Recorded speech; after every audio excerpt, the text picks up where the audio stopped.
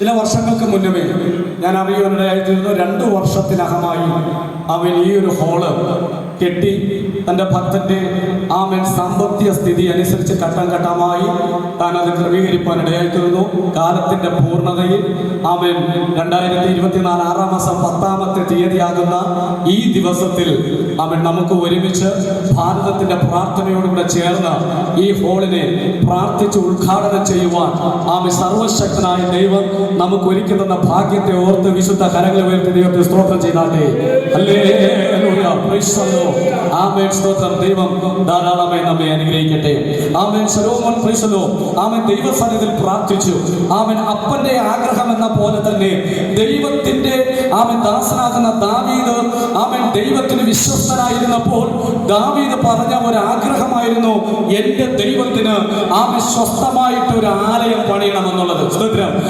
തന്റെ കാലഘട്ടത്തിൽ നടക്കാതെ പോയത് ദാവീദിന്റെ അപ്പന്റെ ദാവീദിന്റെ മകന്റെ കാലഘട്ടം അഥവാ ശലോമോന്റെ കാലഘട്ടത്തിൽ അത് നിവർത്തിപ്പാനിടയായി തീർന്നു. നമ്മൾ 2 ദിനവർത്തന പുസ്തകം 7-ാം അധ്യായം നമ്മൾ വായിക്കുമ്പോൾ അതിനുള്ള ക്രമീകരണങ്ങൾ ശലോമോൻ ചെയ്ത് ദൈവസന്നിധിയിൽ പ്രാർത്ഥിക്കുവാൻ തുടങ്ങി. 7-ാമത്തെ അധ്യായം 1 മുതൽ നമ്മൾ വായിക്കുമ്പോൾ ശലോമോൻ ദൈവസന്നിധിയിൽ പ്രാർത്ഥിച്ചപ്പോൾ ദൈവത്തിന്റെ സന്നിധിയിൽ നിന്നും തീ ഇറങ്ങി. നമ്മൾ പലപ്പോഴും പ്രാർത്ഥനാ വീരന്മാരെ ചുരുക്കമായി കാണുകയാ. പലപ്പോഴും ഏലിയാവിന്റെ പ്രാർത്ഥനയ്ക്കാണ് നമ്മൾ പലപ്പോഴും വില കൊടുക്കുന്നത്. എന്നാൽ ദൈവത്തിന്റെ വചനം അനുസരിച്ച് ജീവിച്ച് ക്രമീകരണത്തിൽ പ്രാർത്ഥിക്കുന്ന അനേക ഭക്തന്മാരെ ബൈബിളിൽ പറയുന്നുണ്ട്. പലപ്പോഴും നമ്മൾ തീ ഇറക്കി എന്ന് പറയുമ്പോൾ ഏലിയാവിനെയാണ് നമ്മൾ പറയുന്നത്, പ്രാർത്ഥിച്ച് തീ ഇറക്കിയത് ഇല്ല. സമാനമായ ശുശ്രൂഷ ശലോമോനും ചെയ്തു. 7-ാം അധ്യായം വായിക്കുമ്പോൾ അവിടെ പറയുന്നു, ശലോമോൻ ദൈവസന്നിധിയിൽ പ്രാർത്ഥിച്ചു, യഹോവയുടെ സന്നിധിയിൽ നിന്നും തീ ഇറങ്ങി യാഗവസ്തുക്കളെ കത്തിക്കുവാനിടയായി തീർന്നു. യാഗം കത്തിയപ്പോൾ യഹോവയുടെ തേജസ് ആലയത്തിനകത്തേക്ക് ഇറങ്ങി.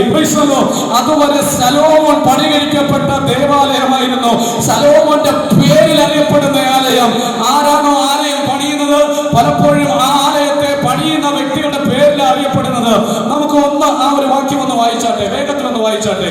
2 ദിനവൃത്താന്തം 7-ാം അധ്യായം അതിന്റെ 1-ാമത്തെ വാക്യം വേഗത്തിൽ എടുത്തൊന്ന് വായിച്ചാട്ടെ.